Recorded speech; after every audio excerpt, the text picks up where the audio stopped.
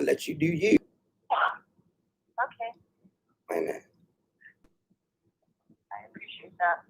No problem. I hope it's not too foggy. No problem. Wait a minute. I got it.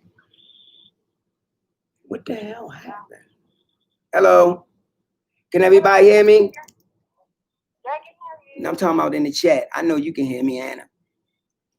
Hello, welcome to True Encounters with Marvin Allen and the Doug Pack. And welcome to our marathon, where we got a line of eyewitness that will be coming on tonight and sharing their encounters. It won't just be cryptids, paranormal, ghosts. We covering it all. We covering everything. So it won't just be on cryptids, but y'all will hear some good Doug Man encounter stories and so on. Ghosts, paranormal thing. We covering it all. And this is the first time that, we doing this. This is something that we've been posted out there that we wanted to do a marathon, but we trying to really set the bar high, so when the next person come, they know they just gonna have to go a little bit higher than us. So can everybody hear me? If y'all can hear me, put a 1 up.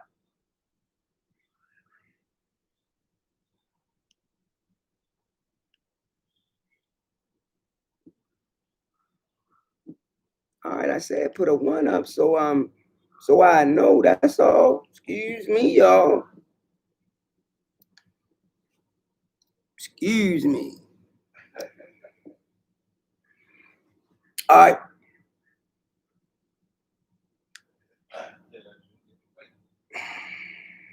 I got y'all one. Okay, I see y'all one. But what I need from y'all right now, I need y'all to let me know if y'all can hear our first eyewitness that's coming on. I would like to well, I'm gonna introduce her and she'll come on, let y'all know where she's from or where she had and her encounters at. She's gonna let y'all know where she had all her encounters at. And after she done, we will do a Q&A where y'all can ask her questions. So I would like to introduce our first guest and our witness, Anna. How you doing, Anna? I'm doing fine. Can y'all hear her? Wait a minute. I'm trying to see if they can hear you, Anna. Let me make sure that it's turned all the way up on my end too. Say something again, Anna. Say something again? No, I said say something again. Say something so I can see if they can hear you. Hey, everybody. It's Christina. Can y'all hear her? Put up a 1 if y'all can hear. Okay, Barbara. All right, Barbara saying she can hear you. So y'all can hear. Okay, that's all I need to know. That's all I need to know. So, well, first off, like I said, though, she is our first eyewitness to our marathon. So without further ado, I'm gonna let her come on. She's gonna tell y'all a little bit about herself, and then she's gonna jump right into these scary Doug Man encounters. Go ahead, Anna, show yours. Okay. First of all, my name is Christine Ann. I'm a mother of 4 boys. I live in Arizona. I've written 3 books, 2 on cryptids. Well, actually, my second book was more about the paranormal, things that I either experienced or I got secondhand encounters. But I had the dog man encounters, and that's what started me because they kind of went to PTSD there. The last 2 were so frightening that I had trouble living where I was living, and I had to leave that I wasn't happy there, and I moved back up here. And it just been kind of taking as it goes. By trade, I'm a paramedic. I enjoy my job. It's been a real busy last month and a half, I'd say, because of COVID. And it seems like, I've been building up a lot of stories, and I've been up north in search of the Mogollon monster, or Arizona Bigfoot. And I've picked up some film from up there. I just knocked my socks off. Some of them scared me a little bit. I'm supposed to go up to Alpine next over my birthday weekend, which is in January, to meet with somebody who had a personal encounter with Bigfoot not too far from where we're at today. And I'm real excited about that. And I just want to say to all the people who do read my book, thank you. That's incredible. I appreciate all the stories you're sending my way. And I hope to be able to continue to indulge in this cryptid world, because there's so much out there. I think that having the Godwin experience has opened my eyes, even though I had paranormal experiences before this. Does that kind of make sense? It really makes sense. Yeah. Because before I actually seen a Godwin, I had no idea that it existed. The only thing I believed in was Bigfoot, and I had reason for believing in Bigfoot. So this Godwin encounters were truly terrifying. The later two, but the earlier two, because of my age and because of the lack of aggression from the Godwin himself, one is frightening. There's still that element of what is this thing I'm seeing? So there was that. So there's no question. I'm gonna watch into those first two, if you don't mind. Yes, absolutely. The show yours, Anna. Whatever you want to talk to and share with us. Okay. So the first one, my brother and I had this agreement. It took place in West Virginia. We had this agreement that if I wanted to go blind swinging, he would knock the blind down for me. That's up 12, 13 at the time. It was in 1983. I had gone back for a vacation, and I was visiting with my oldest brother and his new wife. And I have a younger brother who's from a different father with me.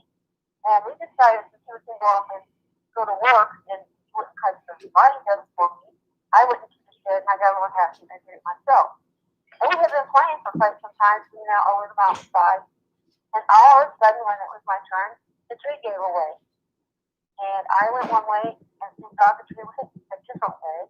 I don't know if it was pretty nasty. And when I was tossing and falling down the hill, and a rock stopped me, a big boulder, and in fact, I was probably out for a few minutes at least. I had a few broken bones, broken ribs. I cracked my collarbone really bad, and I think I fell back up. But I managed to pull up against the rock, and in the clearing, down, there's like a flat area, huge canopy of trees. And the trees down in those little areas, they can be darker than what they actually are. But I noticed that there was this really, really big dog sitting on its hunt. And but it didn't look like a dog, it kind of looked more like a hyena. And a hyena-like dog on its hunt was bigger than I was. I was about 4'11" at the time. And I hadn't topped up my 5 foot yet. And it was staring at me. When I tilted my head, it tilted its head. And I was more curious about what it was at that point, because it just had this hyena-like face, but it had all this stringy fur, but it didn't have like a lot of it. It was kind of shaggy. I never seeing it, kind of not seeing it, because I was fascinated by the little dots on its face. It had these two little cups of hair on its ears, on the inside, not along the ribs or the outside, as the next one did. And when the dog came down, there were two great big government pictures. It stood up on its hind legs, and it blew me away. When it stood up on its hind legs, it was at least 6 feet tall. And its eyes were bluish. Um, they look bluish to me anyway. And it didn't seem overly aggressive, even though it growled at the dogs. You know, let them know you're not coming near me. I didn't back up from them though. It just stayed there. It let them know you're not supposed to be here. So the dogs would get so close and then back away from it. But you know, it stayed. I was terrified of it. It still felt like I knew it to be protected. But then I heard somebody calling my name, and now after that, the rescuers found me and was taking me back up the hill. And the last I saw it had now been in the forest. And the woods are extremely dense down through there. And I heard one of them say something about a den. They believe that they had some again because they had bones in there, it smelled like urine, it was air, weed, and dust, and two piglets. And I remember them talking about the piglets that I'm missing from a neighbor down the street. And one of the things I didn't mention on this show, because of the way I had done it in my book, I had switched around when we had thought that the dog man was going to come into the house. It was actually up at the trailer. My sister-in-law and I were there alone at night, and we had this two dogs, but along a very well-lit highway, one of the main roads, but it also hooked up to another main road. But the entire back of the house is close to the woods. And we started hearing something going around from the kitchen, and it was something up to the house. And we were both terrified because the dogs were just going ballistic.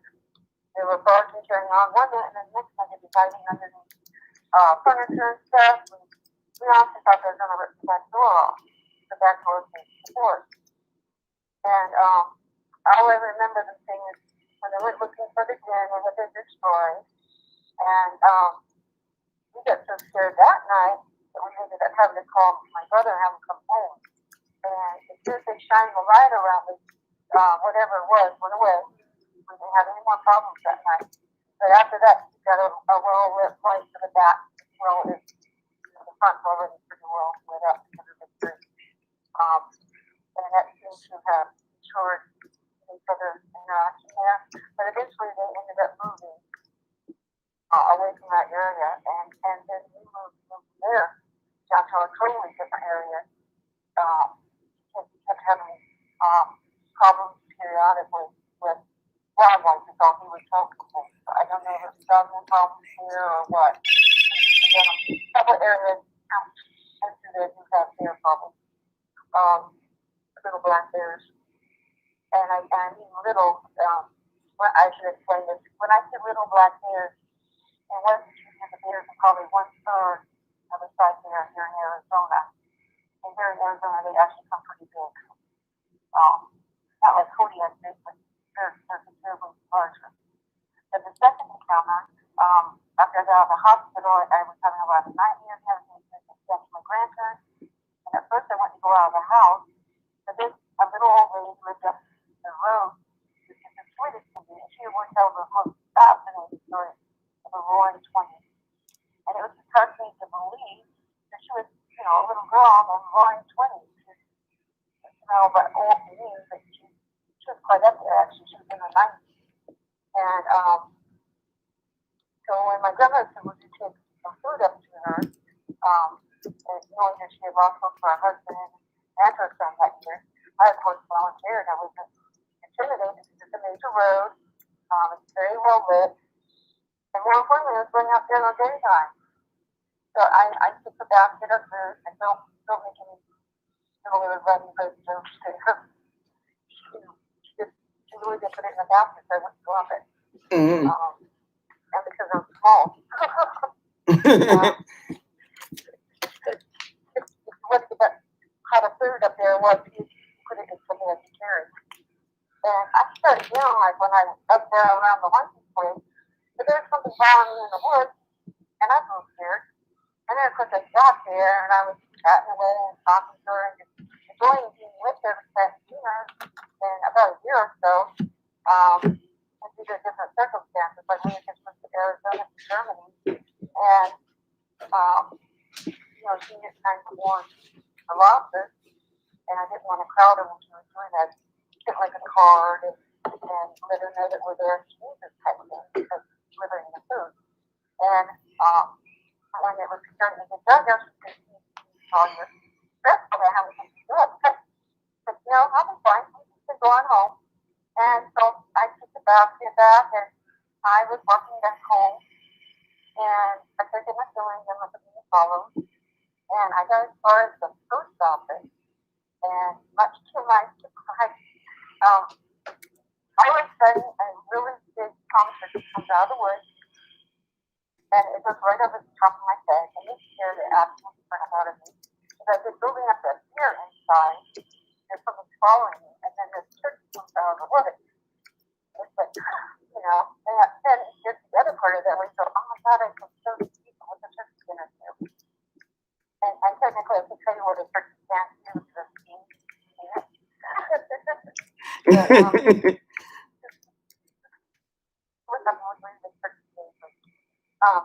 had one for a while. His name was Ty, and yeah, he chose who he chose because he chose who he wanted to be with. He didn't like to let you know. But that was a domestic turkey. This is a wild turkey, and so I wrapped it off. I was ready to stand back up when the dog ran, and then a hyena looking one stepped out from behind the tree and was looking at me. But he just hiding whatnot was hard to judge. If it was on the hillside or mountainside, depending on how you do it. And he stood there staring at me for a few seconds. And I was brushing myself off and grabbing my vest, and it was just the first thing I saw when I was getting back up. And the first thing I noticed is still stupid to this day to me. I was like, "Whoa, your cups of hair in the wrong place," because they went along the ridge of his ear. Because the first one had on the side of his ear. And I don't know for sure that I'm a female, per se, because I wasn't looking at that part of them. But one thing I did notice about them this time was here. There's still some, not so much forward, it's off to the side. And had toenails. He had nails on his toes and real long claws because of the way it was going in the tree.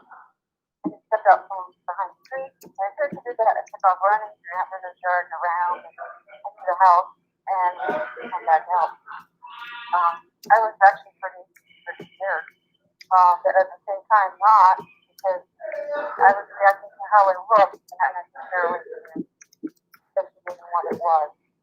But sure, I didn't want to find out. But I still haven't been bad night and Arizona early. I was convinced I was going to get in the house. Actually, I was convinced they were everywhere around us. Because they took place on two different mountainsides. One was on one side, and the other one was on a completely different mountain. So I was a little shocked. Again, that's true. But the same could be said with the ones here in Arizona. I was doing my DMC refresher, paramedic refresher, and I had stayed to help someone with a skill section. And I'm driving home. It's probably about 11 o'clock at night, and I'm going towards where I live, which is across the bridge. And I noticed that this severe thought ready to start swinging across the road. And she said, they were playing. They were at like top speed, calling behind me across the road and into the brush. And it's very thickly forced into the area. And all of a sudden I hear this step against the truck. And I had assumed that Mr. Buck had turned his head to look back at what he was running from. But I've been told that they can't do that once you start running. It's their head blocking the face. But more importantly, they have to get peripheral vision. So they wouldn't use it. So it was just a movie they were showing us to take up. So what I do know is what happened next. He carried black arm, reached out, grabbed a hold of it, get into it, and then rolled a nice big red eye back at me and said, "Yes, this is recognize their go away. And that's when I set my truck in the reverse, all that sent us to hill. And I drove around and ended up at the gas station. And from the gas station, I went to my husband, who I was separated from at the time, and went in, looked out the windows, checked all the kids, and I stood there and I shivered and shook the bed. And he woke me up when he went to work and he asked me what I did. And I said, oh, at your end. So, yeah, last year was long year. And I wish I knew now, by then, what I know now, because I would have found some way to have that hair analyzed to find out what it was. Because deers don't have long black hair, especially that one that smells that awful. And they do kind of stink. I get asked that a lot, the question, what they smell like. Um, it's like a combination between raw meat, and maybe ammonia, which was such an elderly, a very poor, maintained elderly, home type. I say raw, not raw maintained, because when it's properly maintained, it doesn't smell like that. It had that real thick ammonia, not the outside smell, combined with raw meat. So I don't know what it would be, but obviously it didn't smell very good. Or if that's just a natural stench to ward off other predators. I have no idea. I get asked if I see orbs. I didn't see any orbs. I was seeing stars as a first encounter, but that was because I hit my head. I the second week, the third encounter, I had this really bad, awful feeling. I can't even describe it. Cold, where the week that feeling the first time. Wasn't there. And I think a lot of that had to do with the red eyes. That was a real. The deer is a much more muscular than the other two were. And when it's walking away, it's more human than dog like, when the other two were not like human. I don't know if that makes sense. Um, the last encounter was the most terrifying by far. Me and Grandma stayed up with watching Josh Brolin movies. We watched No Country for Old Men and Only the Brave. And probably about 1 o'clock before I said, okay, I'm gonna have that just roll on for tonight and go to bed. And I was watching the stairs to the loft, which is actually a spiral staircase. It's an old wooden one. And most of the loft is nothing but glass. Not a lot of wall there. And what I had done when I went up there, because I was speaking about this all the time, I'm afraid of vampires. But after this, I heard werewolves for a while. But I had this weird fear of where vampires, and I have my reason for it, and I will be happy to tell you the story. But I blocked off into like little sections so that I can message with it. That's just again to know that I was there. Um, Plus, I had to stand in the law to have a wooden door versus having the glass door. And it was partly because I was worried about predators getting in and other things. And then there's the whole grandmother thing. And so I was gonna have to smoke, which I do every night before bed. And I don't like to smoke inside my house.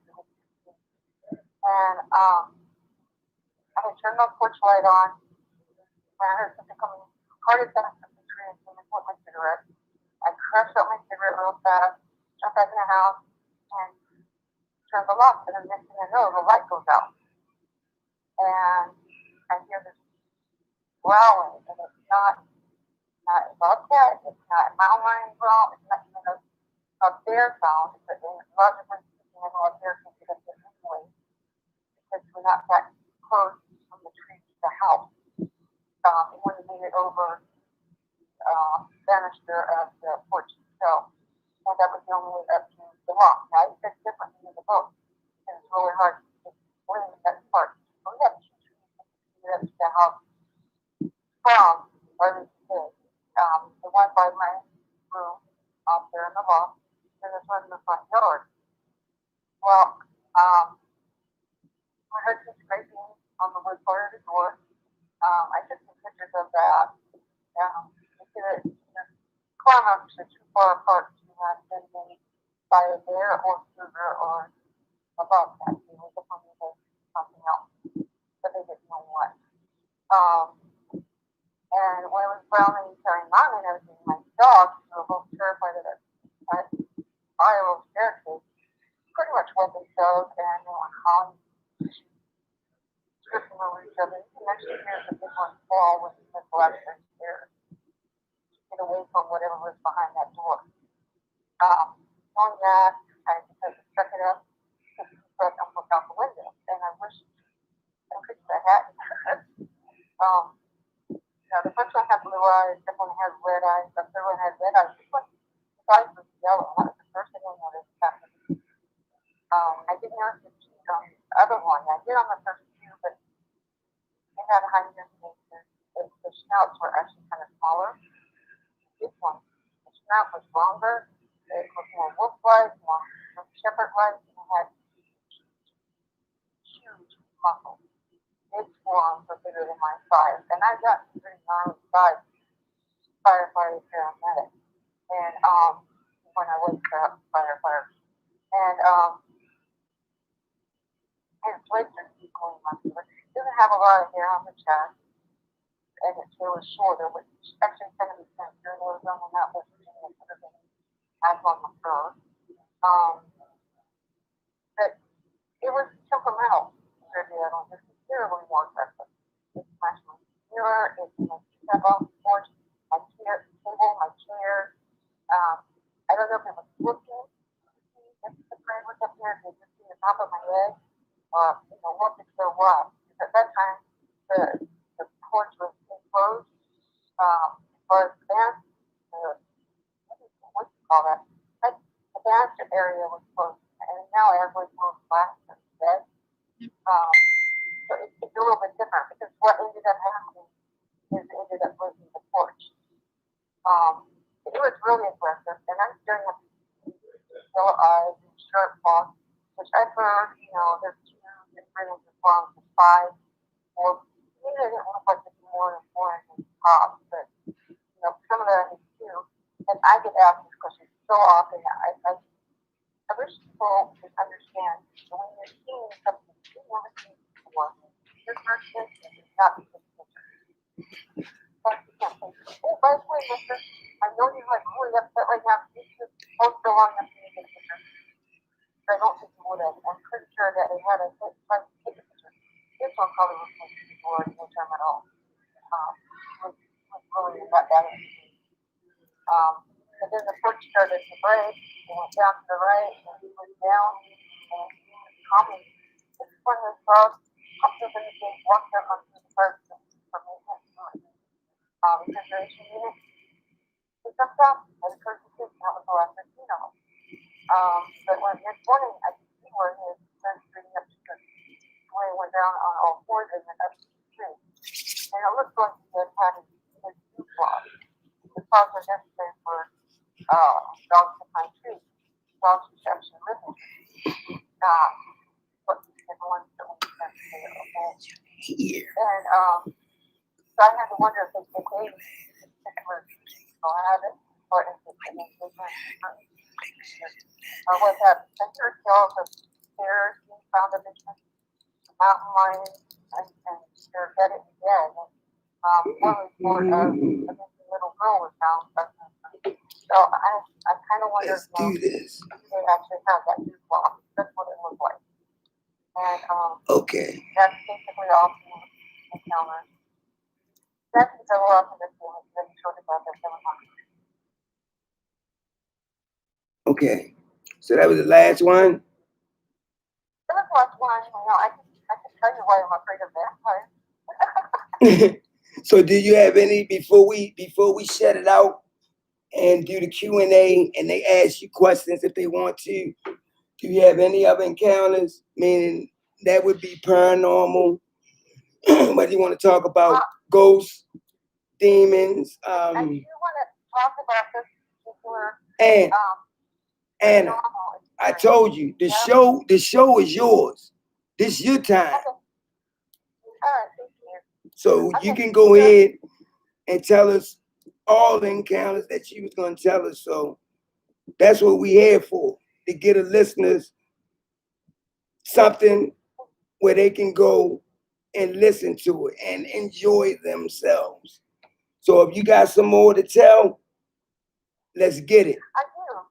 The religious stuff is very fascinating to me. I get a call from a gentleman who lost his husband to massive liver, and they couldn't find the reason why. Well, leading up to this, she has complained for several weeks that she kept hearing a voice asking her to open the window. And she ended up actually getting some massive blood loss. And she wrote down that she believed that there was a vampire. Now, it happened when she first started having this nightmare that she was having. She actually wrote about the nightmare herself. She kept having dreams, and she was living in a different time. And then it would be a different one next time. And I thought, okay, that sounds familiar. Because it does. I was supposed to be the vampire player. That's kind of like that. She has a dream that she finally has this boyfriend, he's all fantastic and all. And she puts detailed information in about what he looked like. That doesn't mention anything that I was able to find. So that left me fascinated. Well, after a week or so, she was hospitalized the first time, and she told her brother she thought it was a vampire, and she told him why.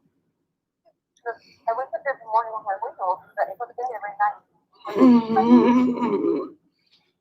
And she went as far and had a little break in that for because of this. She put a soft up in my window. So, I was a little freaked out by all that. And I told him, when I wrote exploring the paranormal, stories of the supernatural, and unexplained, I would include it in there, but I couldn't include stuff that didn't in fact happen. And I still don't believe in vampires per se, but I did find that a fascinating enough story to put in the book. Another one that just completely blew me away. A woman is very superstitious. She firmly believes that as long as her coworker's airplane was facing a certain way, that her flight actually would go very well. She's flying from, I believe it was Chicago to Atlanta. And the night before, even though the airplane itself, her coworkers was facing the right direction, it was facing down, thinking how they had to get a certain angle. I mean, she's really superstitious. And some people are. And I think you're at this point. I have a grandmother, my mama, who was from the old world. She told me all kinds of stories. That the night before they were supposed to go on vacation to show off their twins to their family in the South, she has this horrible dream, and it's very beautiful about an airplane slightly touching the garment, flipping over into a side.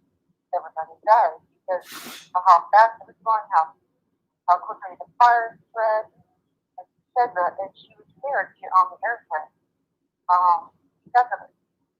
So in her dream, she saw that it was a 737. She saw it was white and had like a bluish green tint to it, the stripes, and she could almost make out what the airline was, but she didn't think it was domestic, but she wasn't sure it was domestic. The one thing she did remember was it was a 737. Well, they could switch airplane. She started to step on board, and she didn't stop thinking freak out. And finally, she goes down. She goes down. She picks up the magazine for the airplane. It tells you all about it. And she lifts it up. And she was sitting on board at 767. So she got on board with her night, going fly. And she gets to Atlanta Airport just in time hand the baby off. One of the babies fell to one of the interfaces said. And she's going to the ladies' room and she saw the knee. And in Malaysia, an airplane had crashed. It looked exactly like the one in her dream. And killed everyone on board. There were no survivors because the house quickly had caught on fire. And what caused it to crash was as they were taking off, one of the wings had touched the car mat and it flipped over and went back. So that's all of them.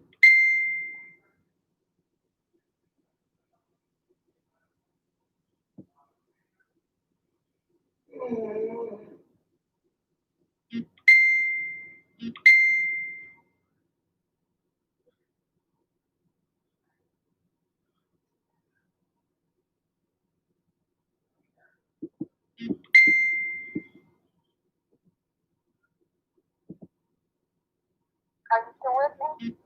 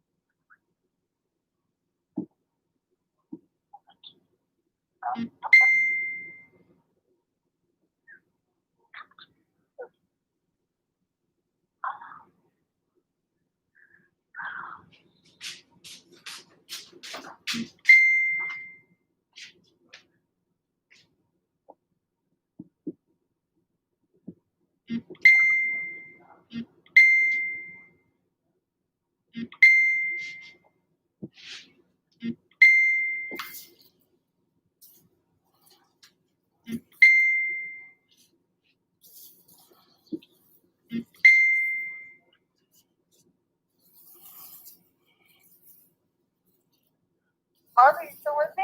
Yeah, I'm still with you. You done? Yeah. Okay. All right. So anybody in the pack or in the group, subscribers or listeners, do y'all have any questions that y'all would like to ask Anna? This is the Q&A part. So if y'all have any questions, then write them down so I can read them off and she can answer them to the best of her knowledge. She will answer them to the best of her knowledge. So write down y'all want to write down your questions that y'all would like to ask Anna. As far as any of the 4 encounters that she have told throughout this session. Thank you. So I'm gonna look at y'all. I'm gonna look at y'all questions as they come in. And thank y'all. Thank y'all so much for tuning in. Thank y'all so much. So I'm waiting for y'all questions to come in. So hold on. Okay.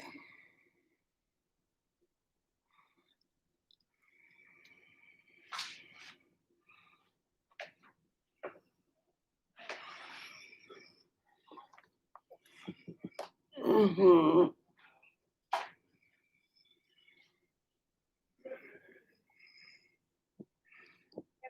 Yes. Have them send me a link.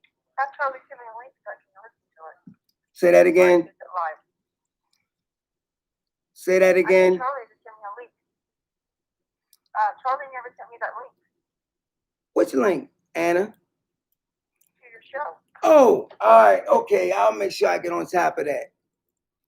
I'll make sure I get on top of that. Absolutely, ASAP. Because he should have been did that. He know that. He know that. He know that. He know that ain't like us. You know.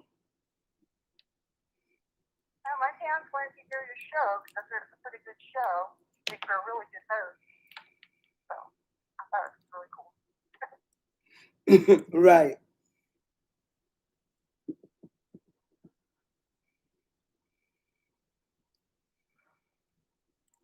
Yeah, they're like most people. They're very serious about the script.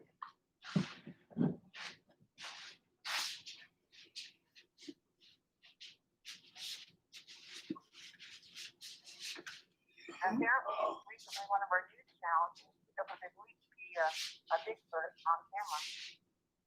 That they're having to analyze.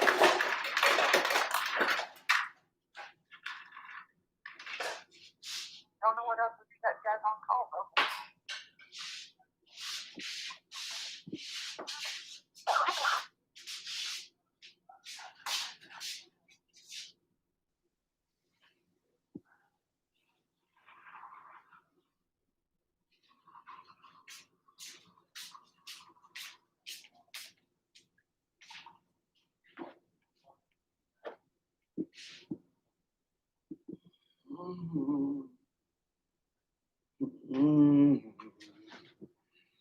Do they have a lot of questions coming in? Say that again, Anna. They have a lot of questions coming in? I'm looking. That's what I'm reading. They want to know what color our color was.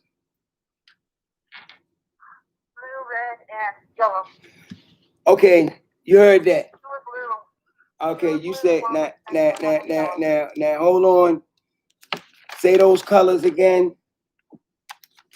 The two hyena ones have blue eyes. All right, wait a minute. Has Okay, wait a minute, Anna. The two hyena looking ones had blue eyes. Okay.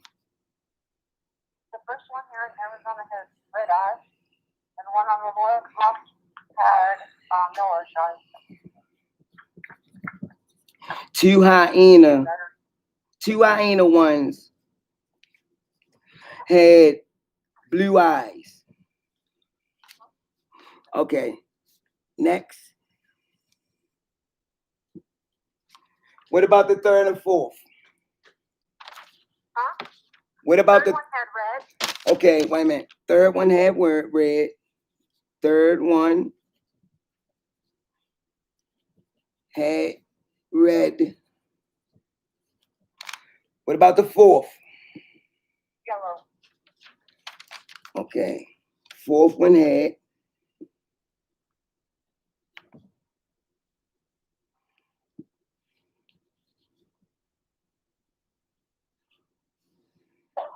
fourth one had red eyes. Yellow. Oh, had yellow. Fourth one.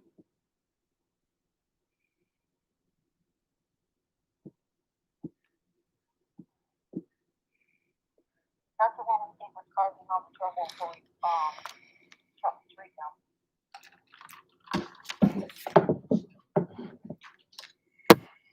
Okay. The one thing about Grandma, she likes to feed the wild ones. Feeding the litter. She likes to feed deer and want to feed them apples and water them. And I think the other one carrots. And dog men like carrots and apples and honey and their meat and the water, but also the yeah, this isn't so loud it's coming through, but that started out with our cat. She brought it in and she was mothering it. And then I realized it was more tail than cat. It was a cub. Okay. So we found her dead on the edge of the property.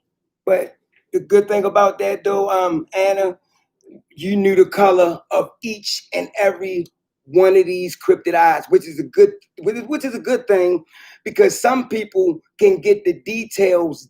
I mean, down to a T, and it's amazing that you was able to capture all of these creatures' eyes, and that's a lot when it comes to identifying and dealing with these creatures.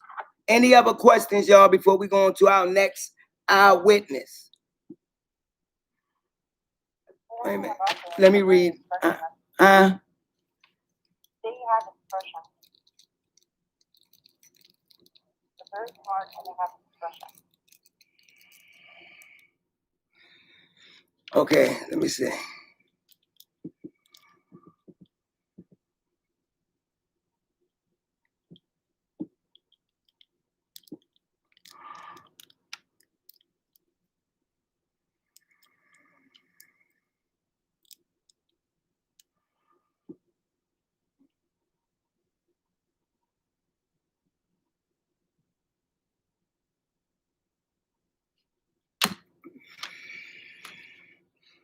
Okay.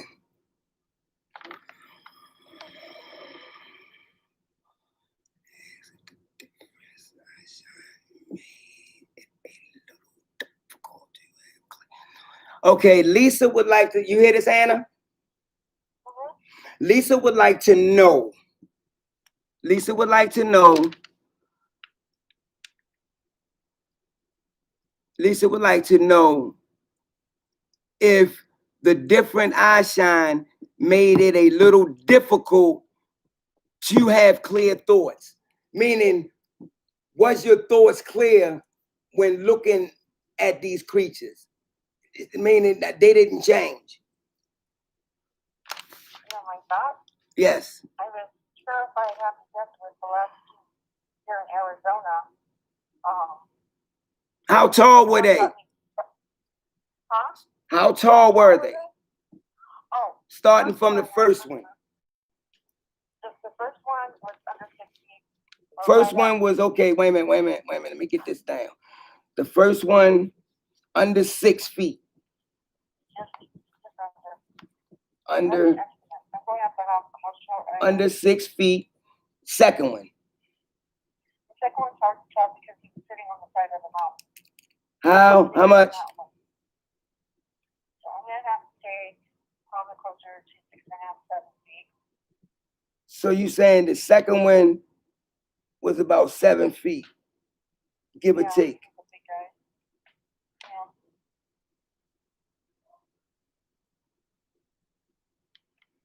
And it was interesting, the different colors in the photo. All right, the second one. Had, more reddish brown for second one was about 7 feet. What about the third? The third one was bigger than this truck, so that told me that it was 6.5 to 7 feet tall. So hold up. Wait a minute, Anna. You say the third one was what? I'm gonna say he was just at maybe a little over 6.5 feet. Third one was about what? 6.5 feet. You say 6 and the what? 6.5 feet. Okay. Well, third one was about 6.5 feet. The fourth one. The fourth one is the easiest to tell how tall he was because of how the roof sat. When he stood up all the way, the roof came to his shoulder, so that would put him typically at close to 8 feet. Fourth one.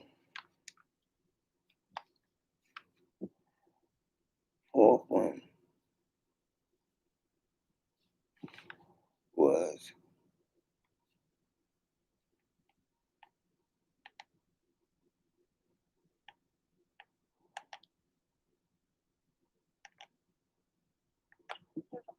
Really big guy.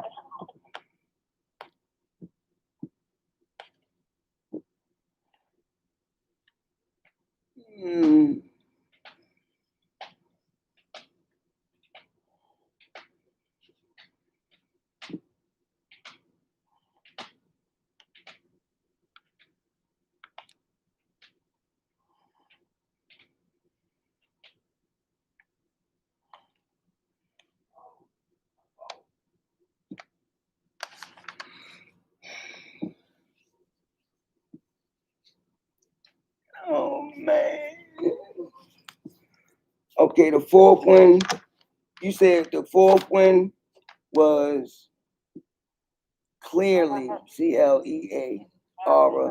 was clearly about 8 feet. Clearly about 8 feet.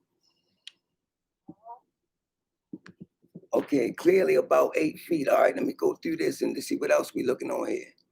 Okay, I'm gonna ask a question. How was their body structure? Meaning, was you could you see the muscle definition? Yes, definitely. Just not the one on the road because it was too dark. But the other three, pretty easy. The first one, excuse me, the first one was pretty slender of build. I definitely got the dog-like features of their legs. I didn't notice the claws on the hands. Like I said, I had little tucks in his hair, in his ears, which I thought was kind of weird. Kind of spot. You would almost part primate, part canine in the looks of it. Except Okay. the legs were definitely more canine-like.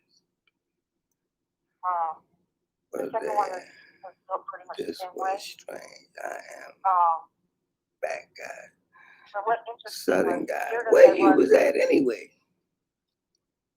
when I went too fast.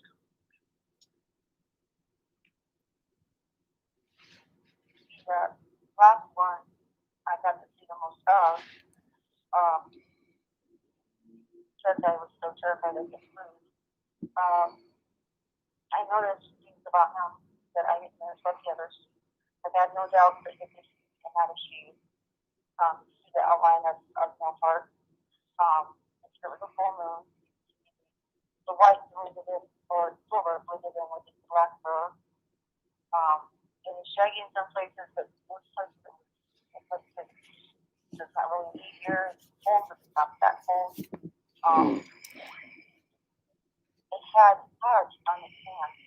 And they do with that hand. They obviously know how to use their thumbs, which I thought was fascinating. It picks things up. And where sometimes they drop it. And porch, I noticed that. They actually have pads on the inside of their hands, and I don't know what those are for. But I found it fascinating. There's no hair on the chest. There was no hair on the chest at all. Mm-hmm. It was none that I could tell. It looked pretty solid. It looked like a pretty thick, to be honest. Mm-hmm. The arms extremely muscular, as were the head. Big legs seemed like they were more humanoid than canine.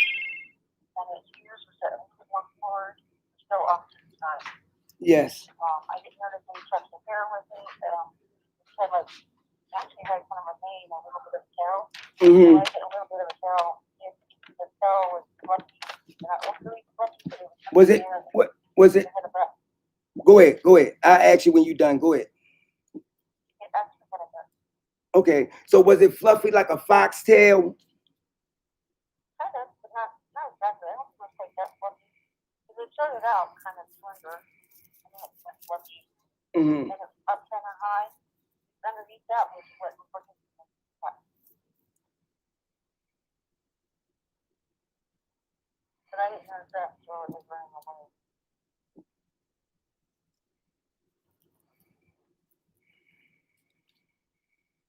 I don't know how quick they are. They're very quick. It was out of my sight more time. And it's not like from where I am, I cannot see the explosion of the creek street next door. Once I get the view across the creek, I don't know where it went from there.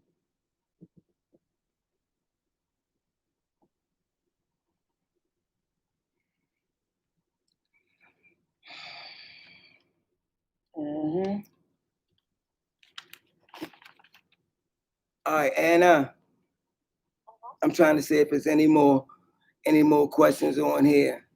Because if not, then I can let you I can let you go when I get ready for the next eyewitness. But like I said, man, your counters is amazing, man, and we definitely appreciate it.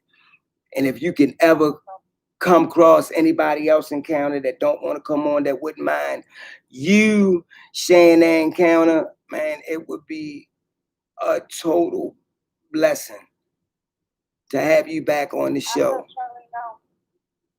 I have eyewitnesses now with Dogman and Bigfoot. Say that again. I have eyewitnesses right now that have Dogman stories and Bigfoot. And what? Yeah, You think they would come on? Well, I don't know. I have to speak to them about coming on. But that's why I was saying, do you think if you talk to any of them tonight that they would mind coming on and sharing and then getting back at me to let me know? If not tonight, when? But tonight would be good. I know that one of them is working because he works out at the airport, and I haven't spoken with the second one directly yet. And I want to talk to them a bit more and check out the area where the sighting took place to check for authenticity with them, because I don't want to put a story out there and not know it. I do know that Will has a fun story. Him and his friends went out to a pretty popular place that people go to motorbiking. They were out there sitting around all day, and they saw some wild horses, so they stopped for a while and watch the wild horses. While they were doing this, something spooked the horses, and it just went into a tent. That's very rare with the horses here along the Salt River. And I'm not even sure if they are the Salt River horses or the ones up north. But given the area, I'm going to look at the ones up north. And they all look over, and in the tree line, they can see two glowing red eyes. And it's up 7 feet or more, he said, off the ground. And at first, I think it was a squirrel, a raccoon. But then it stepped out, and it said, oh no, it looks like a dog. One of them didn't recognize what it was. It was very dark in color. It wasn't black. It wasn't reddish, but it was very brown and longer fur, and it is fuller up there. So I can understand why it needs a longer fur. Right. It had the chest hair or whatnot, and so they got in the car and vehicle and they left. It kind of bothered them. But they go back the next night and they start doing wolves and coyote howls that they found. If you're going to go out and search for dogmen and you're doing wolves and coyote calls, be prepared for them to actually come to you.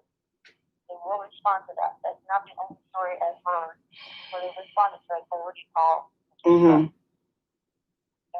so if there's even a parent and they've not been back to the area, right. So we had that one. Okay. We had another one where a guy thought it would be really fun for him and his friends to indulge in a sport in it. And the reason why I want to check the story out is it's funny. So they're thinking they're hallucinating a dog name. One of them have been reading a lot of stories about it and stuff like that. We're pretty good authors. Like Tom Ryan, Nick King, and Melissa George. And, they're thinking, hallucination. But it turns out what they were seeing was an hallucination. An hallucination said to eat the dog. They left them alone, but they did take the dog. All they found was a chewed up collar the next morning and the head of the dog. That was it. Okay. They were able to kind of describe it, but given the fact that they were taking drugs at the time, it was quite as big as they say it was. And I've never heard of a coyote-like dog neck. That's how it's described. It's got a coyote face and a humanoid-like body. It's all covered in hair, except for some places on its face. So yes. Those are two of them. Okay. But like I said, we're gearing up for an entirely new book focusing working on those. And then we had this guy, and I think I told you the story before. He brought me up to investigate a Bigfoot sighting or a possible dominant. So I'm checking around his place. I get my truck, and this guy was so worried and so scared. He worked himself up. He tripped himself going down the stairs with a loaded shotgun and ended up shooting himself in the foot. Wow. Yeah, he was going around his house there. They had a ridge in the track. But therefore And there were reasons was terrorizing him. so that's amazing though, because you got other people, and the thing I like about you and love about you is you said the exact words that a lot of people should say. You said, I want to check this story out some more. I did. Which is what you right, which you supposed to do. And two, if it's not what they think it is, it might be fine. And if it is, maybe or you know what, it could be it could be some other kind of cryptid. Exactly. A new cryptid. So like I said, Anna, I hope you can get those together and get back at me. Just keep in contact so I know, because we can just have you come on as, you know, on our regular stream as a guest and our witness. But like I said, man, thank you. And I'm grateful, man, that you could be part of this, you know, and we love your encounters. Hopefully within the next few weeks, you can schedule time to actually talk about the paranormal books. There's some really good stories in there that I love to hear. Okay, that'll work, because we want to get into the paranormal real heavy too. So like you said, the next few weeks, we can sit down and we can chop it up. Okay. All right. So again, Anna, thank you so much, man. And I'm so grateful that you was, again, part of this tonight. I'm always happy to be here. I'll talk with you soon. All right. Thank you. And keep. All have a good night. All right. You too. All right. Bye-bye. Oh, boy. That was good. That's number one that we knocked down. So we going straight. But for real, though, we going straight. We going straight into number two. We ain't going to hold it up and we ain't going to do this, because we got to go through some people, like I said, you know. We got to go through some people. So I'm going straight with we're going straight with Everett and get him out, you know. But like I said though, man, it's a blessing, man, to come on and do this and have a lineup of people to talk about their encounters.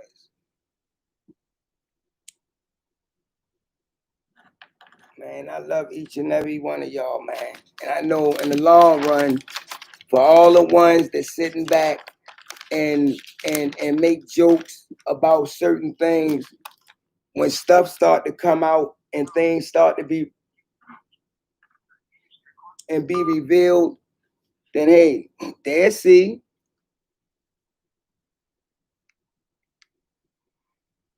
All right, we can ready to go on to the next one.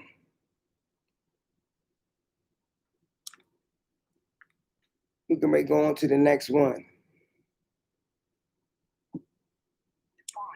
All right, I ain't gonna do that because I think I don't know if Everett mad because he couldn't come on first, because now it's going through. So going through the next one, I'm gonna call Al.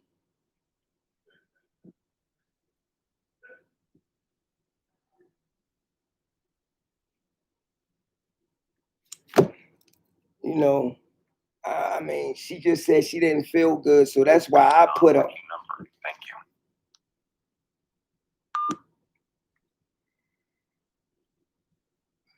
Hey, do me a favor and hey Al, call me now and I'm ready. But like I said though, we're gonna keep them coming as the eyewitnesses. You know, I can locate them. Man, we're gonna just keep pushing them out there.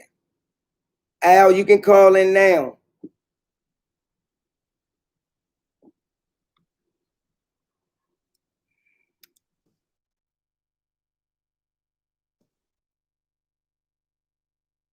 But I love her encounters, man. Hello. Hey, how you doing, Al? Hey, like I said, y'all, I'm doing great. Like I said, y'all, this is what we doing. You know, we decided to do this marathon, and we're gonna keep it going. We ain't gonna stop. So we're gonna go to our next eyewitness, um, who goes by the name of Al, but I'm gonna let him just come on. He's gonna tell us a little bit about himself, where he calling from. Did he ever believe in these creatures? Um, and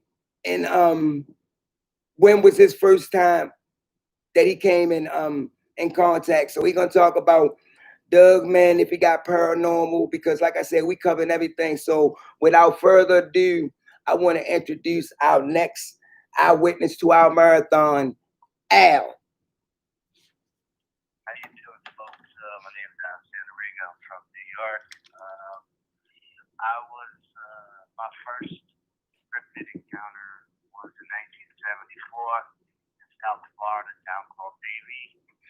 Bigfoot story. I don't know if you guys want to hear about it. We want to hear everything. All right, because I got some dog fan stuff as well that I've never talked about on the radio before. But okay, 1974.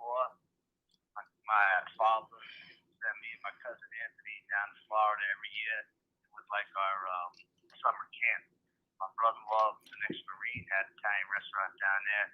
And we'd go to his house. He had a beautiful house, a couple of acres. Backyard was fenced in ground pool. It was nice, you know. I mean, we did a lot of work. He worked us hard during the day, but, you know, we had a lot of fun, too. Cousin Anthony was about 15. I was 12. We used to have dirt bikes. We'd go riding in the Everglades, riding dirt bikes. Guy down the street had a horse ranch. We used to work on the ranch, shoveling shit, and taking tours out in the Everglades with his son and a couple other kids in the neighborhood.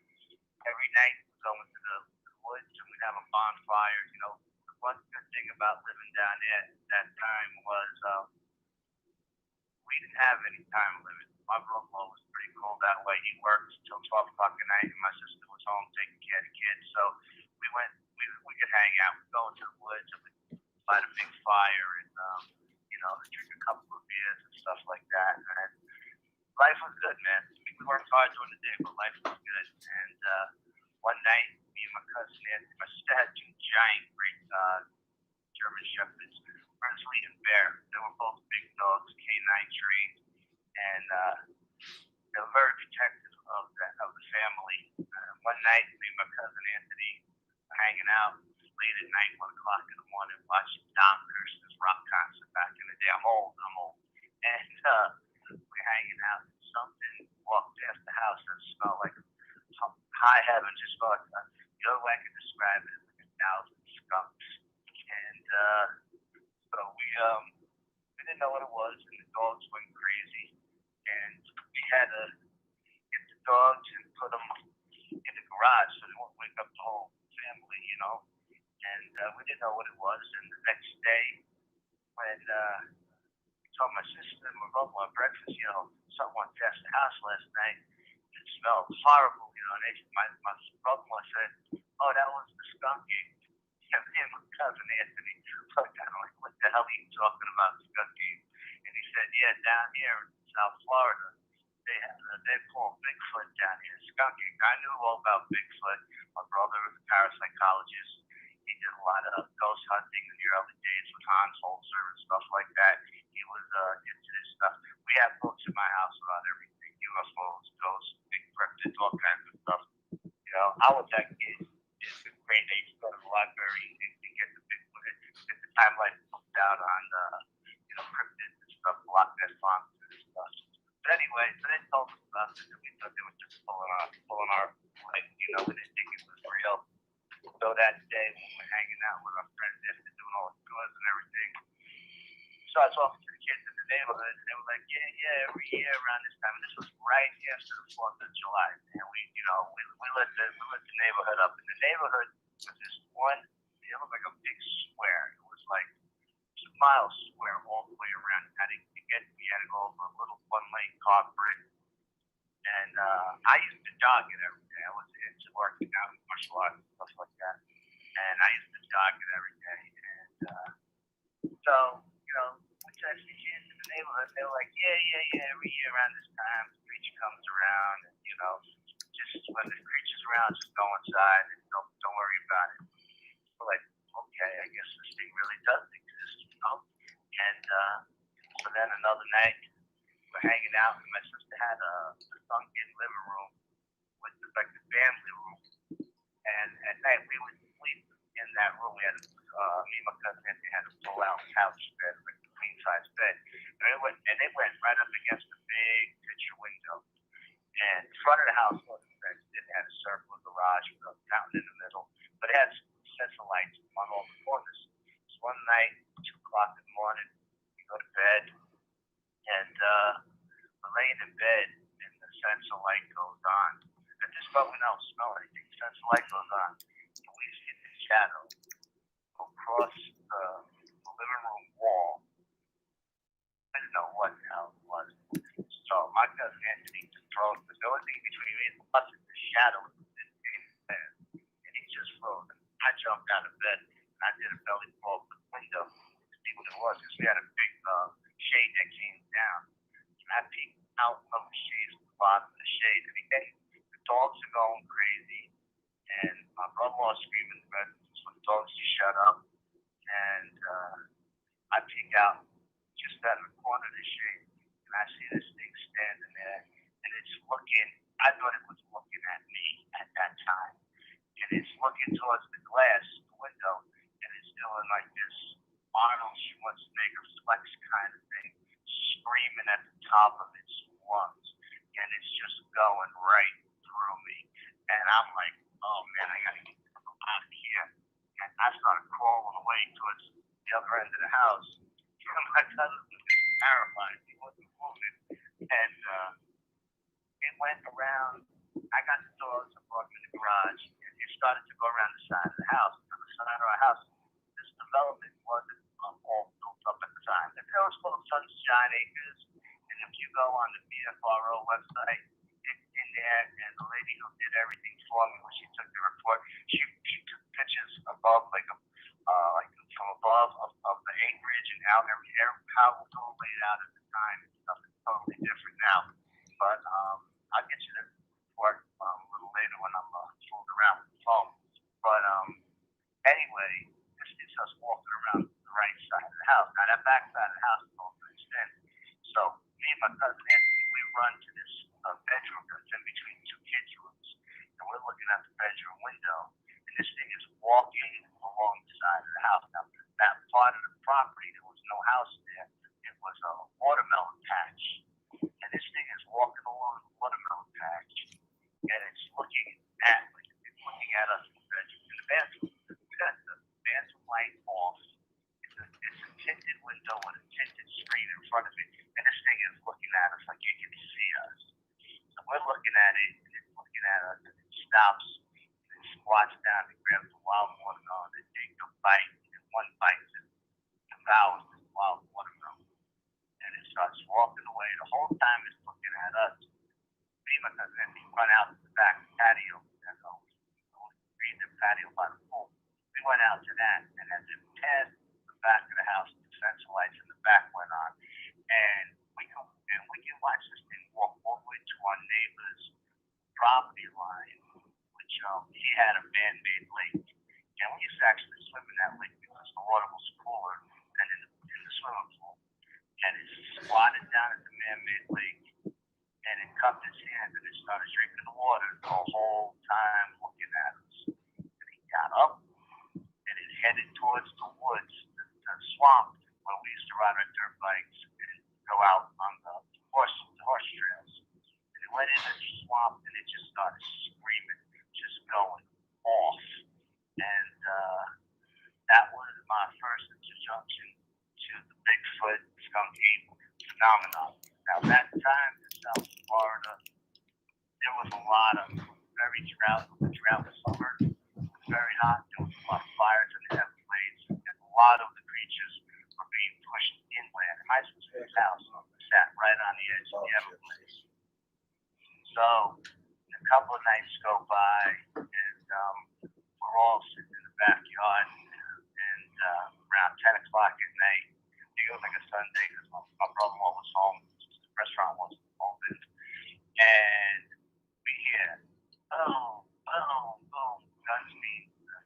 going off down at the horse ranch's house. Now, this guy was the guy who took the tours out in the Everglades. We knew his son and everything. We hung out with him.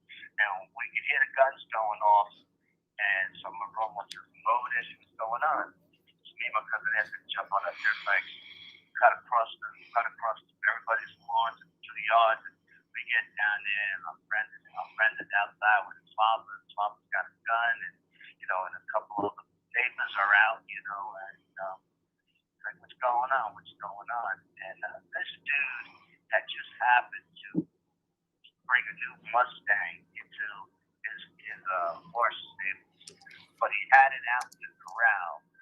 But the Native Americans were working on breaking it, but still putting it in the stall because it would start kicking and everything, and it just make all the other horses crazy.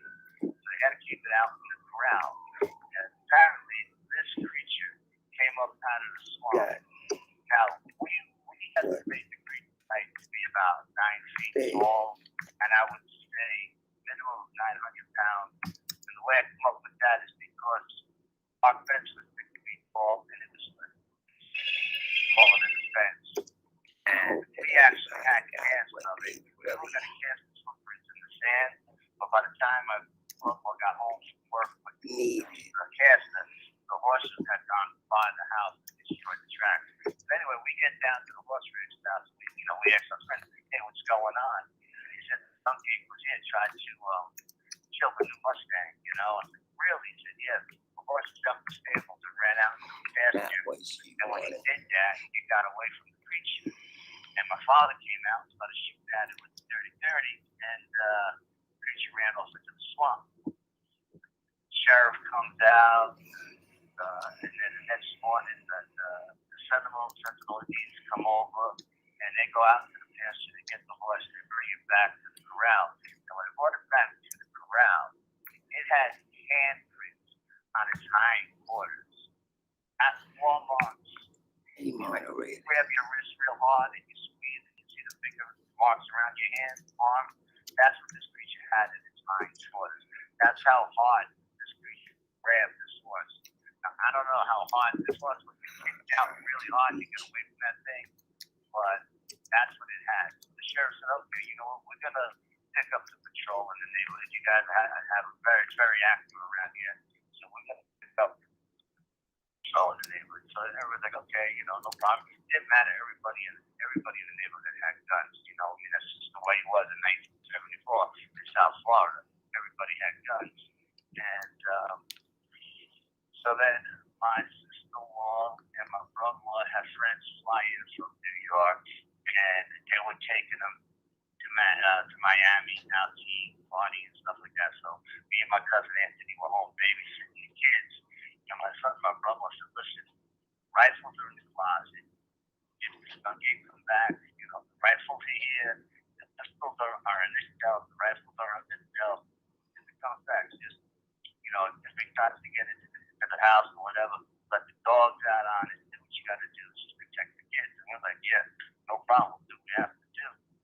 And I'm telling my cousin Anthony, man, I didn't come to Florida to get killed by some, monster. It's bad enough dealing with the criminals in our neighborhood, walking through the alleyway. Right.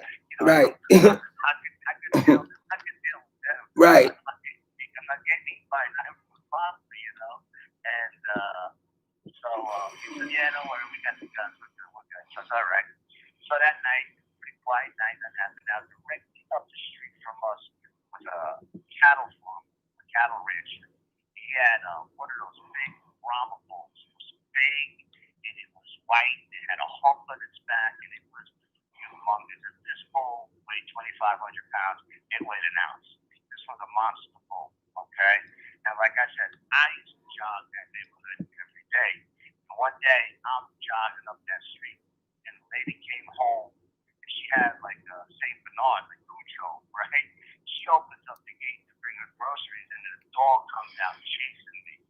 Now, the fence that held the cattle back was only about 4 feet high. So I jumped the fence to get away from Cujo, and the bull came running over, And now I'm working my way around the cows between me and the bull, trying to work my way out the front gate. Meanwhile, the lady's calling the dog back, and the farmer come out, and he really didn't like this because when whenever we come ripping around that turn on our dirt bikes, because the dirt was gravel, we used to have to take a wide turn, otherwise the bikes would slide out from under us and get killed. So we used to rip up his lawn every day.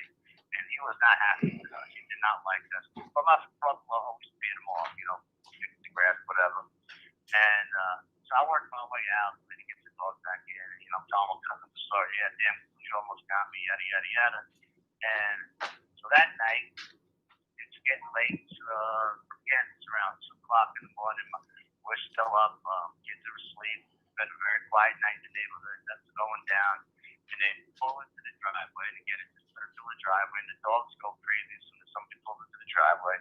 So the lights go on. We see the car come around the corner. My brother had a brand new Lincoln Continental, I don't know, Mark III, Mark IV, whatever it was, but it was brand spanking new. It was open car, sunroof, the whole 9 yards. And as they get to the front door, my brother was asking anything happened. We tell him no, quiet night. As soon as we say that, the cattle ranch, you hear boom, boom, and you hear this blood curdling scream. We don't know what the hell happened. So my sister goes running in the house. My brother says, jump in the car, let's go see what's going on. So my cousin Anthony jumped in the shotgun, I jumped in the backseat. I'm hanging out the window. He's driving down the street. As we get to our corner, the deputy sheriff is in front of us patrolling. He's got his light on, he's looking left, he's looking right. He's going real slow. And at the far end of the development, you can see the sheriff coming around in his car. Again, he's about a mile, maybe 2 miles away, but everything is flat. You can see the lights in the car. So this deputy is looking, and he's not seeing anything. He's looking to the left towards the swamp, and all of a sudden this creature comes out from in between 2 houses and runs in front of the deputy's car, and the deputy hits him with his car. When the deputy's car hits it, this car stops dead like he hit a brick wall.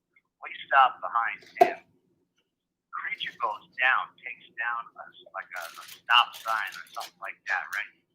Falls on the stop sign, bends it in half, and we're sitting there. My brother puts the high beams on. The creature gets back up, walks over to the deputy's car, looks into the car at the deputy. And back then, the deputy was driving the shotgun in between the driver and the passenger. They weren't in the trunk back then. The shotgun in his car. And the creature with both hands does like a hammer hits the front of this car. And the back of the car comes off the ground. And it flips off into the swamp. And I'm sticking outside the window looking at this thing. And the Bravo's got the high beams on it. And we're maybe 10 feet behind the deputy. And this thing is maybe, in front of the deputy's car, maybe another 8 feet in front of us. At that point, the sheriff comes flying down the street. And he sees the deputy's car. And he says, what the hell happened? And, the deputy's explaining what happened. And he goes, did you guys see it? They were giving him our witness statements because, they got to pay for the insurance on the car because the car is total. And the deputy said, the sheriff says, deputy, why didn't you get out and shoot this thing? And the deputy's like, nah, this thing was a monster. My shotgun wasn't going to do anything to this thing. I wasn't getting out and shooting this thing. It was already dead. I wasn't going to make it any better. At this point, the cattle rancher comes racing up the street in his pickup truck, and he's screaming and he's cursing. He's like, you got to come to my ranch. You got to see what that damn creature did to my prize bull. Now, I'm thinking, what the hell did this thing have done to this bull? This bull was humongous.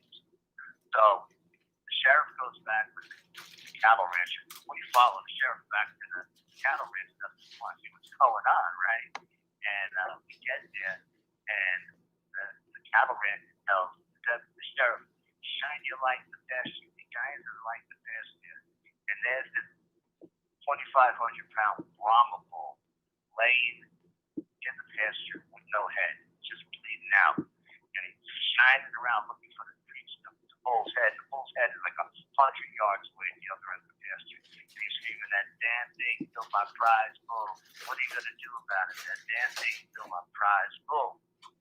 So the sheriff says, okay, so we're gonna get this thing back. We're gonna kill this thing.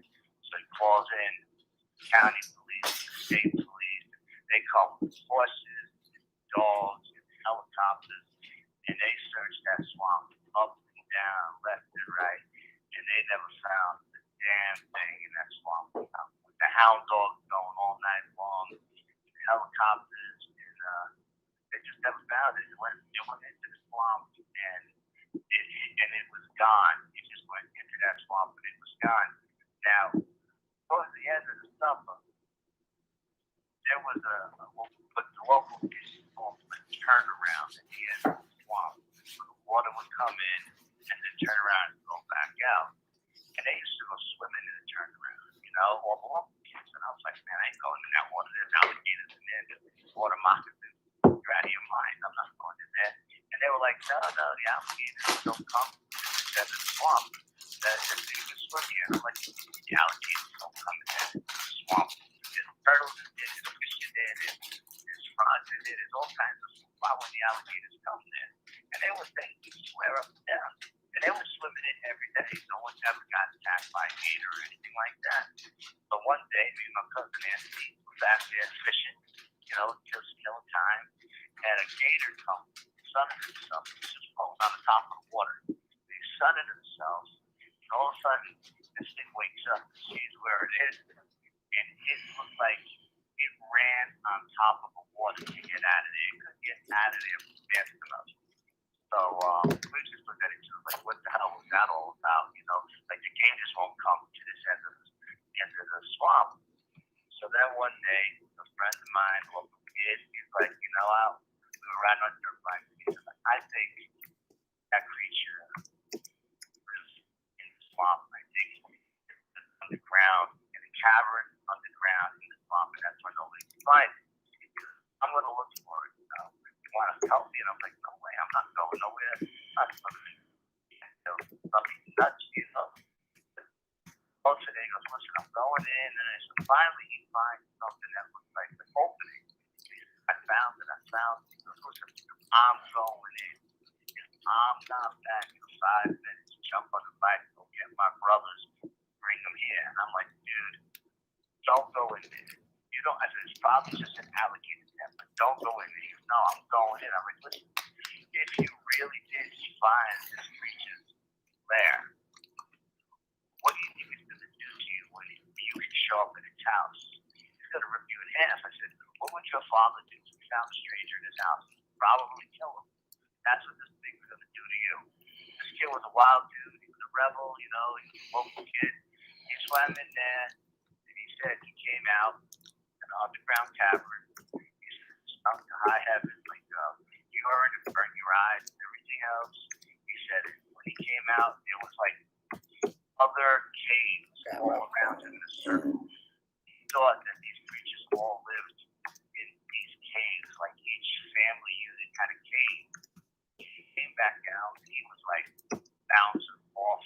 I'm counting, I'm counting the 5 minutes.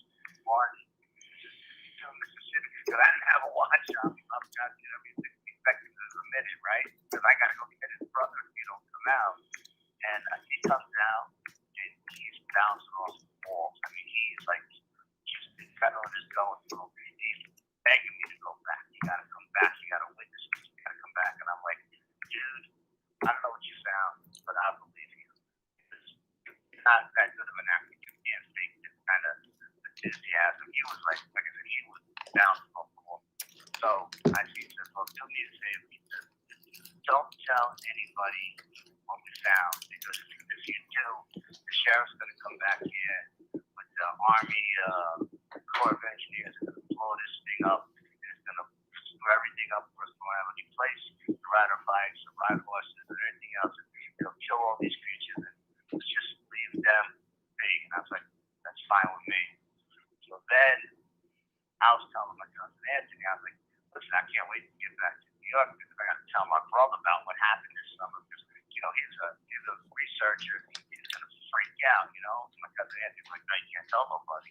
I was like, you can't tell nobody. He goes, no, you can't tell anybody. If you tell anybody, they're all gonna think we're crazy, and I'm not gonna be, deal with that kind of ridicule. My cousin Anthony was a big dude, and he had arms like my legs.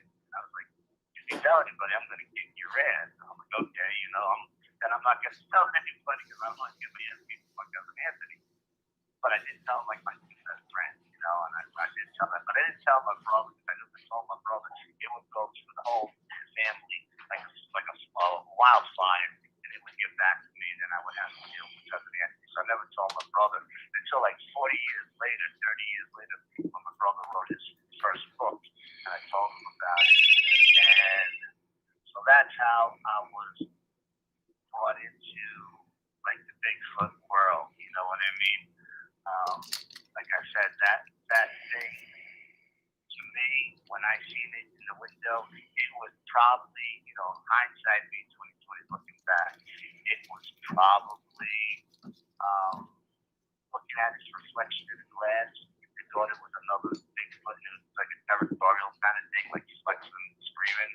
It probably didn't even see my eyes open out at the bottom of the window, but I didn't know that. I thought it was looking at me. But so that was my introduction to the Bigfoot world, and then time went on, and started my own group, Paranormal Society, and then that turned into the New York State Sasquatch Organization, the New York State UFO Project, and the North American Dogman Project, New York State chapter. And me and my partner Brian. We started researching a lot of stuff, and Brian hooked up with this woman her name was Gail Beatty. She lived a little bit north of me, like an hour north of me, and they were talking online. And Gail said, "Oh, why don't you and Al come up? We'll have lunch and we'll compare notes." So we went up there to Gail's house, and Gail and her partner at the time, Deb, were showing us all their podcasts and their pictures of the Bigfoots and the Dogmans. And she said that she was hanging out the night before doing research on the computer, and she spends a lot of time on the computer. So she sleeps a lot on the couch. So when she sleeps, she keeps a 12-gauge shotgun by her side.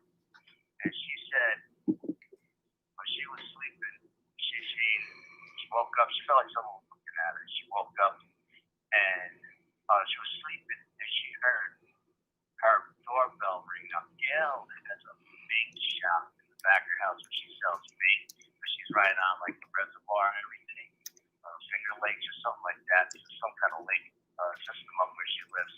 And she has a bait shop, and she has a bell on the back door and a bell on the front door. She was sleeping on the couch one night, and she heard both bells ring at the same time. She said it kind of freaked happened to her before. So she grabbed her shotgun and she came outside, and she had seen the Dogman behind the tree and had her. So she loaded the shotgun up, but she didn't go outside. And so she was telling my partner Brian, and so Brian said, "Yeah, we'll come up and check it out." So we get to Gail's house, and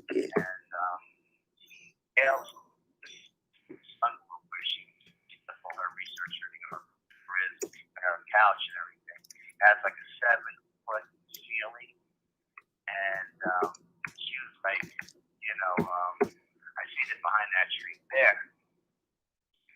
So Brian's like, okay, and she goes, but the weird thing is, if you look closely, it looks like there's a handprint on the window where he may have been looking in.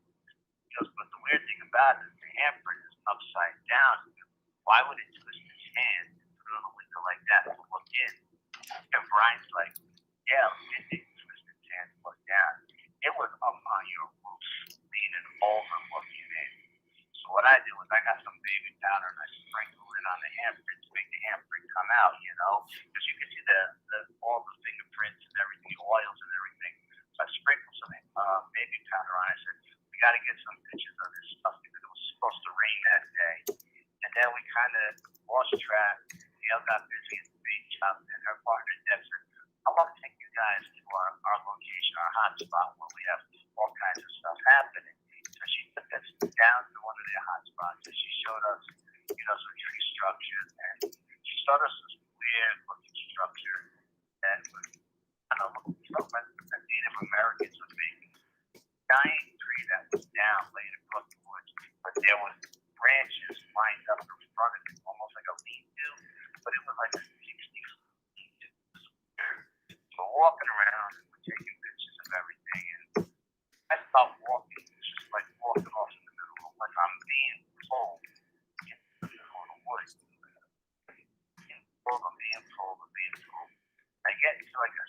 spot. And I turned around to Deb and I said, Deb, what is this spot?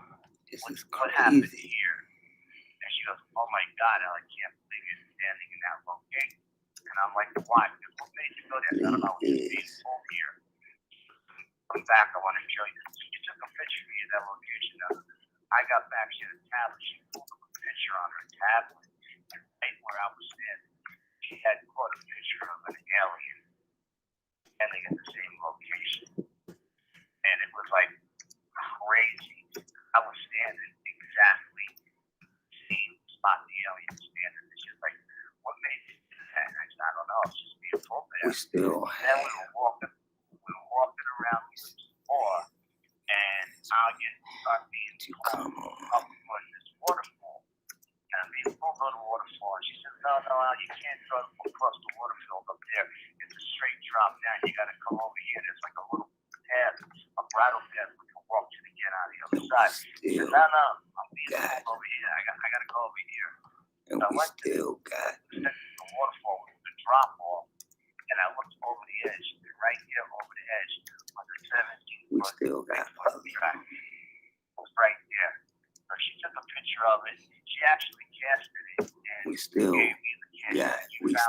got other people. It's your cast. So that was pretty crazy. The multitude of shit. You need to come up here and not go over the bridge this way to the other side of the waterfall. I said, Deb, I don't know. I just go to where I'm being pulled. And I was being pulled over here, you know? And then as we were, she was casting it and everything let it dry. It started to rain, so she covered it with plastic and stuff. She goes, I'll come back and I'll get it when it's dry. And I give it to me. I said, okay. So that's a little difficult story. But it was probably talked about it on shows and stuff. But I had never mentioned it before, because it really wasn't my story. It was no story, but I figured I'd talk about it tonight, this dog man thing. It's always. And it was funny. We were at Gale House. I started doing tree knocking. And as soon as I started doing that, I started getting rock thrown at me from the other side of the water, or whatever it is, the creek, the river, whatever it is that she lived on. It's okay, Antonio. Like now, I think you can go. Okay, we'll leave, And then I was hanging out with this woman, Lucy, because she actually works for the government, the Canadian government.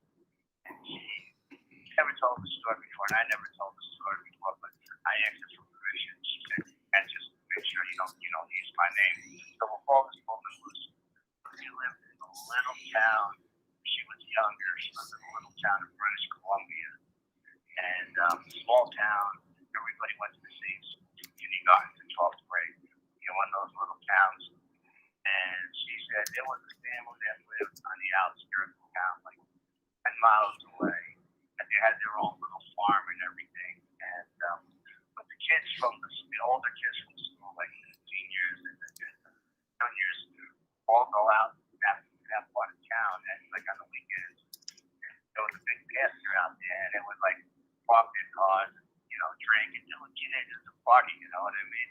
And they hang out there, but they didn't get close enough to the people's house because they didn't want to disturb people at the house because his father was the sheriff in the town, you know what I mean? She didn't get the sheriff and her father coming out arresting her and her brother and stuff. But anyway, they noticed that kid who lived in that house stopped coming to school. Kind of just left school in May, never came back to school. And they noticed that they were going out there on weekends, that the house was open. There never any cars there, never any lights on, and all the animals were gone. And they just figured the people just woke up and left. So they had a big plan. Let's do this at the end of the year, graduation. Let's come back to this house and have a house party. Perfect. It's got plumbing, it's got electricity, if it's raining, we can go inside. So everybody's like, yeah, we'll come back here at the end of the year, we'll have a house party. It's just. So, one of those kids is always walking around around with a video camera, videotape, and everything. End of the year comes, everybody graduates high school.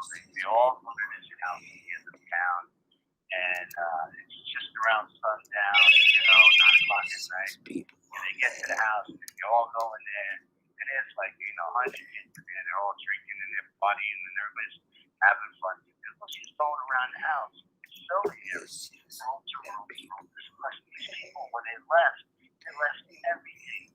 Clothes in the dressers, clothes in the closets. She's telling her older brother would make people just get up and leave like this and not take any of their belongings. It doesn't make any sense. These people just left. The brother's like, oh, don't worry about it. Not being nosy, not filming everything. Have a beer and relax. So they were upstairs partying, going to our rooms, and the kids downstairs were having a party, and somebody heard a bang in the basement. They hear like something punch or jump up from the shoulder, hit the floor, which is the basement ceiling.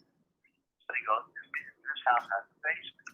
So they went outside, looked around, there was no entrance to a basement, so we outside. So they're like, no, it doesn't have a basement. What's doing that banging? And you'll hear,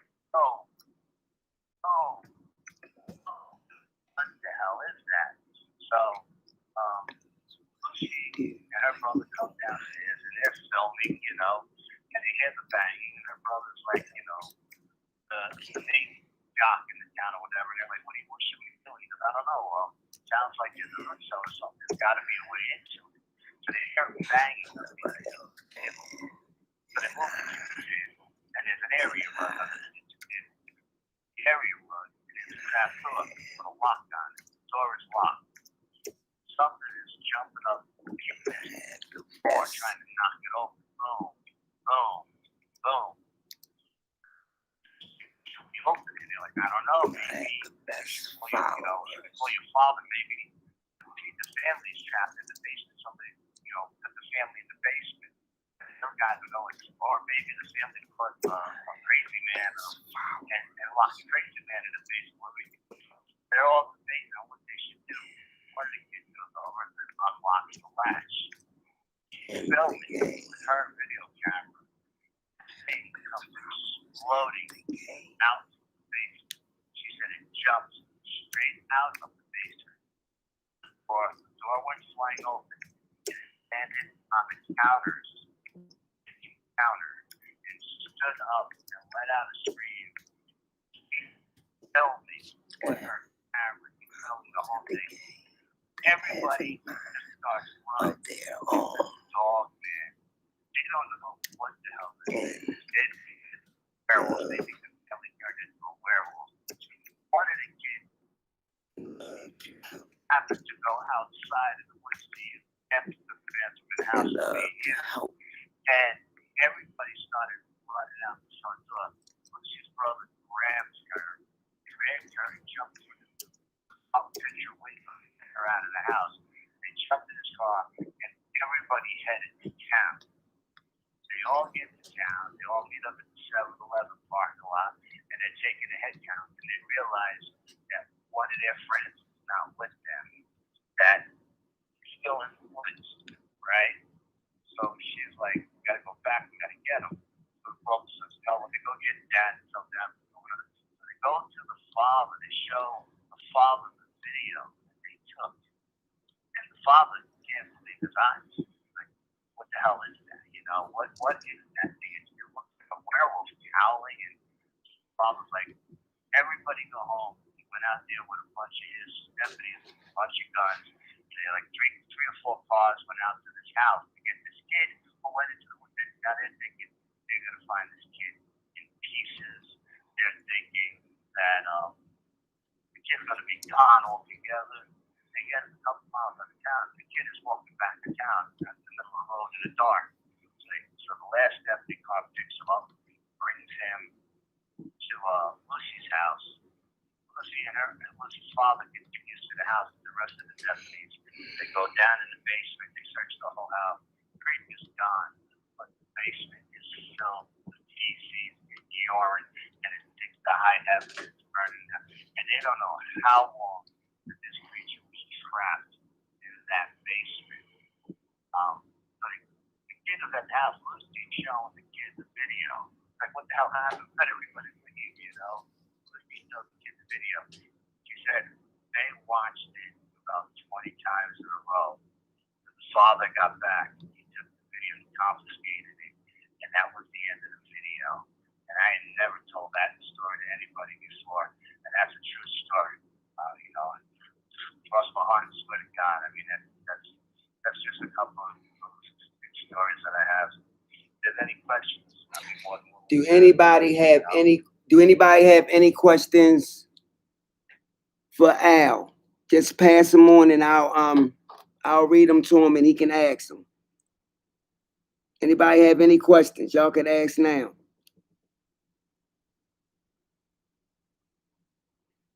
Mr. Carlitos Wade, you have any questions? Tom, dude from Texas. Wait a minute, I'm gonna give him time enough to text.